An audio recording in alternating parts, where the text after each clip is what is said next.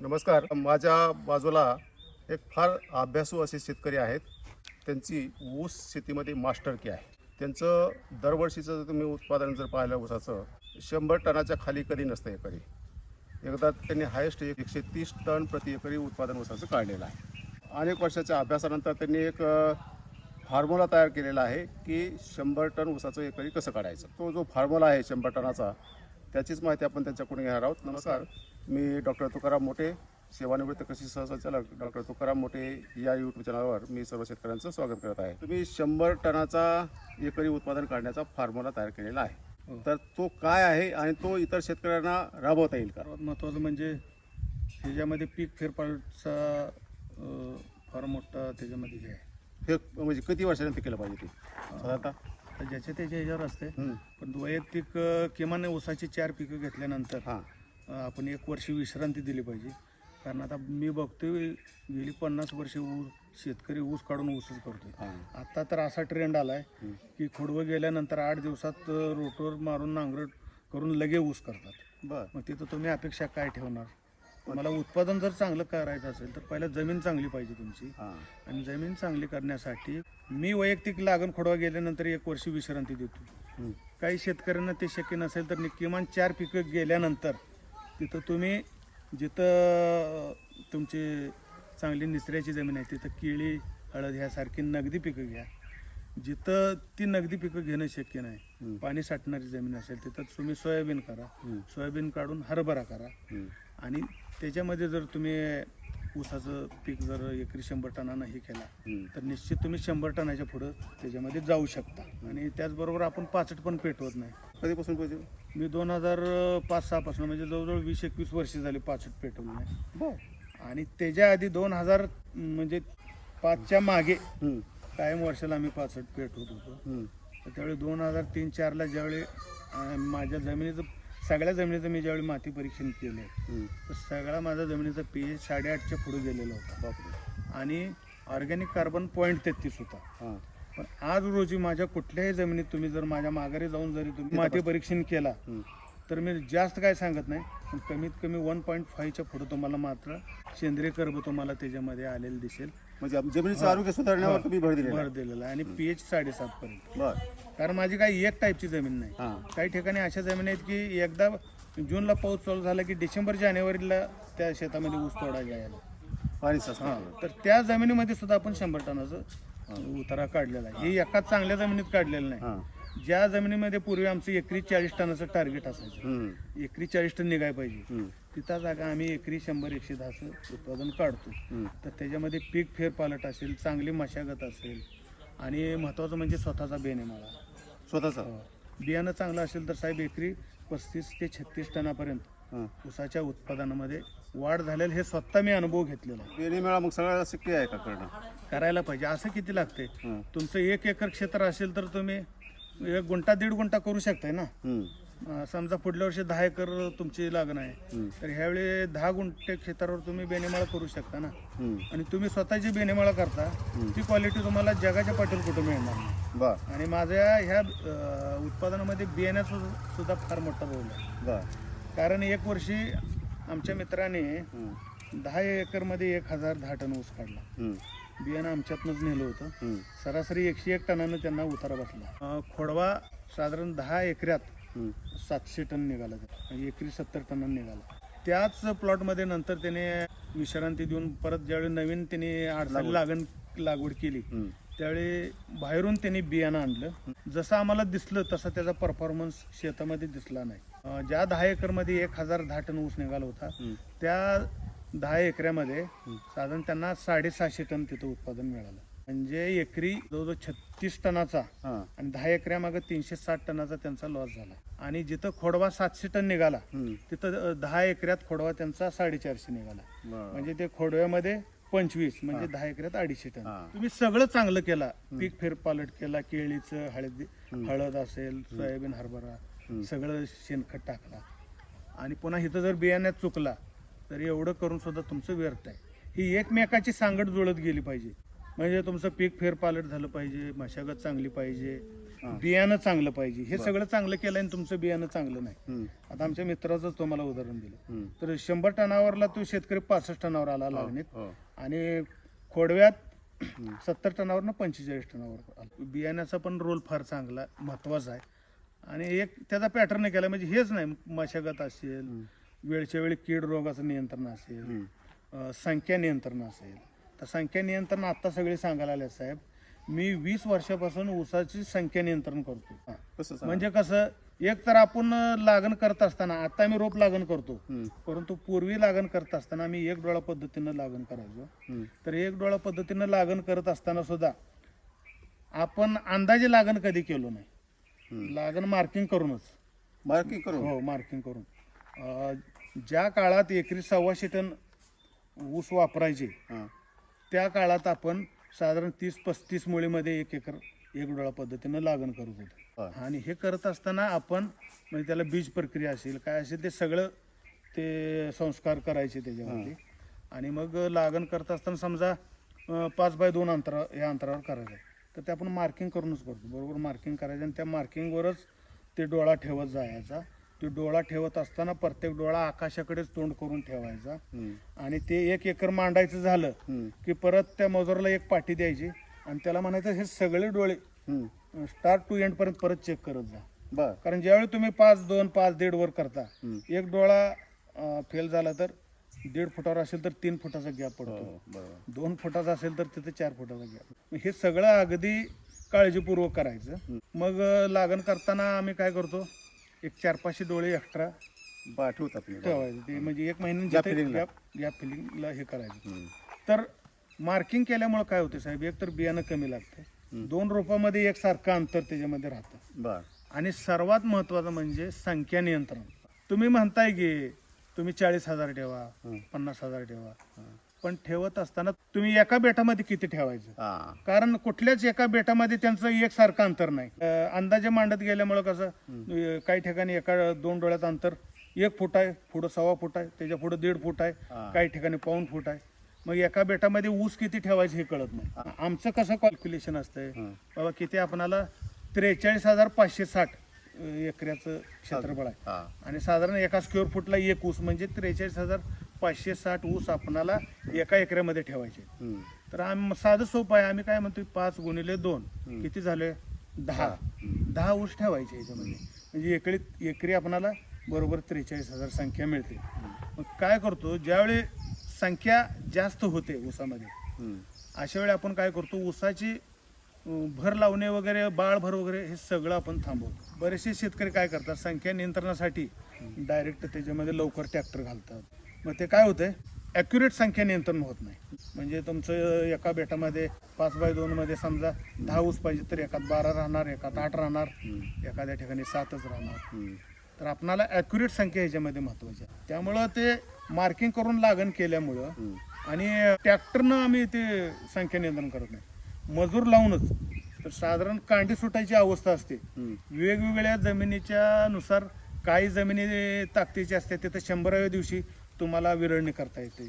एकदम black heavy soil असेल तर 130-140 दिवस लागतात. म्हणजे ते मोडत असताना कांडी सुटण्याची अवस्था असेल तर तळातनं ते मोडून निघते, तळातनं मोडून निघायला पाहिजे. मग मी काय करतो, साधारण ते कांडी सुटायची अवस्था निर्माण झाली की साधारण आम्ही बघतो बाबा साधारण 5x2 वर आपल्याला 10 पाहिजे, तर 15 आहे, 20 आहे. मग मी त्या मजुरांना सांगतो बाबा 5x2 वर मला 10 चांगले ऊस ठेवूयातले, बाकीचे किती असू दे ते सगळं काढायचे, पण 10 सर्वोत्कृष्ट त्यात ठेवायचे. मग अशा पद्धतीनं मग ते सगळं विरळणी करून घेतो मी. तुम्हाला पटणार ना साहेब, विरळणी करत असताना कधी तर मी तुम्हाला बोलवतो या, अक्षरशः ते ऊस मी काढलेलं बैठलं तर तुम्ही डोक्याला हात लावायला पाहिजे. तुम्ही इतका चांगला ऊस काढायला आलाय, डोक्यापर्यंत वाढलेला, परंतु मला माहित आहे ना त्याचं ठेवलं तर काय नुकसान होणार आहे आणि काढल्यावर काय फायदा होणार आहे. तर तुम्हाला सांगतो, एका एकरामध्ये आपला 4 चाकी ट्रॅक्टर असतोय, टेलर असतोय की नाही, तुडवून त्यात भरायला लागतं, एवढं ते एक्स्ट्रा ऊस निघतात.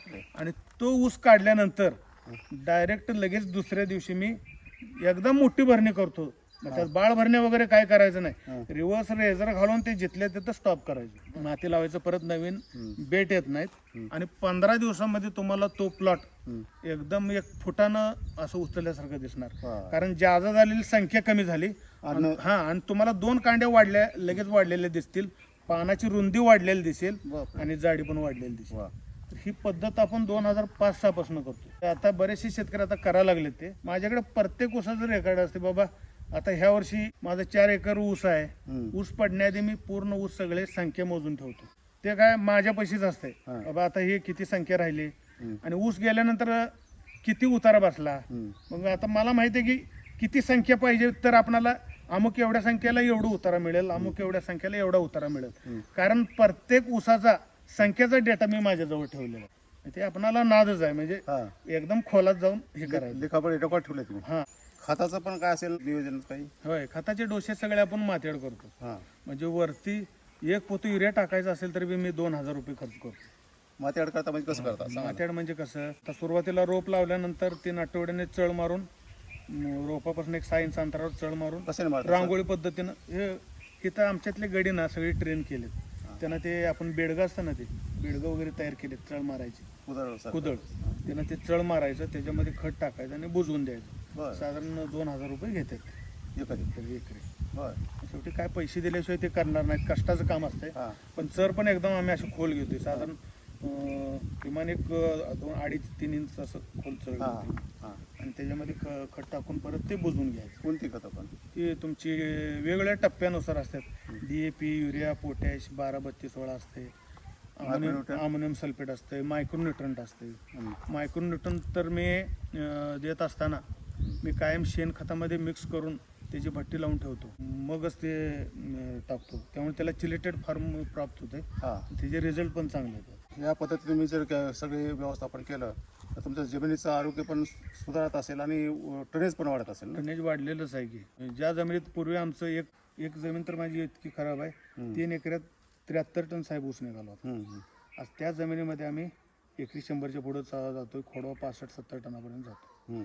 तर माझं एक काय मत आहे की आपण जमिनीचं आरोग्य शाबूत ठेवून उत्पादन काढायचं. माझ्या पुढल्या पिढीला जे माझ्या आजोबांनी दिल्या, वडिलांनी जी जमीन ज्या क्वालिटी दिल्या त्याच क्वालिटीची देण्याचा मी प्रयत्न करतो. आणि शेवटी शेतामध्ये केलेलं कुठं वाया जात नसतं. ते तुम्हाला कुठल्याही रोपानं तुम्हाला त्याचं फळ मिळतच असते. त्यामुळं इतकं वर्ष मला सातत्य राखणं मला शक्य झालं. म्हणजे एखादी एकरवरती 10 गुंठ्यावर 15 गुंठ्यावर कोणी पण सांगते माझं 3 टनानं निघालं, 3.5 टनानं निघालं. पण 15-15 एकर वरती साहेब आपण क्षेत्र मोठे. त्या क्षेत्रावरती आपण एकरी 100 टनाच्या वरती गेलेलं आहे. आणि त्याचबरोबर आपण खुली किताब आहे, काय झाकून ठेवत नाही. माझं आता फेसबुकवर तुमचं प्रबोधनाची अनेक शेतकरी पाहतात. ऊस डायरी, माझी ऊस शेती म्हणून आहे. त्याच्याद्वारे मला जे काय अनुभव असेल, म्हणजे आपल्या शेतातलं जे काय अनुभव असेल ते सगळं त्याच्यामध्ये टाकत असतो. परत इंस्टाग्रामला मला जवळजवळ 1,71,000 फॉलोअर आहेत. आता युट्यूब आता चालू केले, त्याला 8,000 आता फॉलोअर झालेत. त्या माध्यमातून पण मी शेतकऱ्याचं एक्सटेन्शन करत असतो. प्रबोधनाचं काम तुम्ही करताय वेगळ्या सोशल मीडियाचा वापर करून. वाहन कोणता वापरता तुम्ही साधारण? 86-0 सारखी गुणी व्हरायटीज नाही साहेब. आतापर्यंत जे काय आम्हाला रेकॉर्ड बेक उत्पादन मिळालं आहे 86-0च मिळालेलं आहे. पूर्वी मी 265 पण केलं होतं. त्याचं पीक बैठलं तर मला वाटतं होतं 1,200 टनानं बसेल. तर 9.5 एकरमध्ये 1010 टन झाला. म्हणजे 100च्या वर काय तर थोडं वर गेलो तो. मग ते आपण लागण खोडवा गेल्यानंतर ते बंदच केलं. कंटिन्यू आपण 86-0च ऊस करतोय. आणि हे करत असताना आपण आपल्या ऊसाचंच टिश्यू करून घेतो 2014 पासून. अगदी चांगले ऊस निवडायचे. म्हणजे माझं कशी पद्धत असते साहेब, आता हा बेनेमाळा तुम्ही बैठला ह्याच्यामध्ये मी काय करतो, पूर्ण प्लॉटमध्ये फिरून चांगले निवड आहे, त्याला ते खुणा करून घेतो, मार्किंग करतो. चांगला म्हणजे काय? चांगला म्हणजे कसं, त्याचा तळाचा घेर चांगला असावा, अगदी मोठा, पेऱ्याची लांबी चांगली असावी. असे मी साधारण 50 ऊस त्यातनं सिलेक्शन करून काढतो. आणि त्या 50 ऊसामधले परत 10 ऊस निवडतो, लांबी रुंदी 10 सर्वोत्कृष्ट. त्या 10 मधले परत एकच टिश्यू कल्चर करायला नेतो. एकच त्यातला सगळ्यात 1 नंबर कुठला असेल ते, आणि तो मग टिश्यू कल्चर करायला द्यायचा आणि त्याच्यापासून आपला बेनेमाळा करायचा. म्हणजे त्या लॅबमधून तुम्हाला ते करून देतात करून रोपं? देतात. हो टिश्यू कल्चरची रोपं? माझी धडपड बघून ते हां, ना नफा ना तोटा ह्याच्यावर ते देतात करून. बर. आणि बऱ्याचशा शेतकऱ्याचं त्याच्यावर भरपूर 100 टनाच्या वरती उत्पादन गेलेलं आहे. माझं सुद्धा पूर्वी आता बेनेमाळा आता कसं आहे, आपण आपल्या रोपवाटिकेसाठीच देतोय. पूर्वी जून जुलैला मी डायरेक्ट गुंठ्यावर देत होतो, हं, तर त्याचा मी खोडवा ठेवत होतो मी. हं, आणि तो खोडवा म्हणजे आडसाली उसा इतकाच त्याला दिवस मिळायचे. हं, म्हणजे आता जूनला तुटला हं.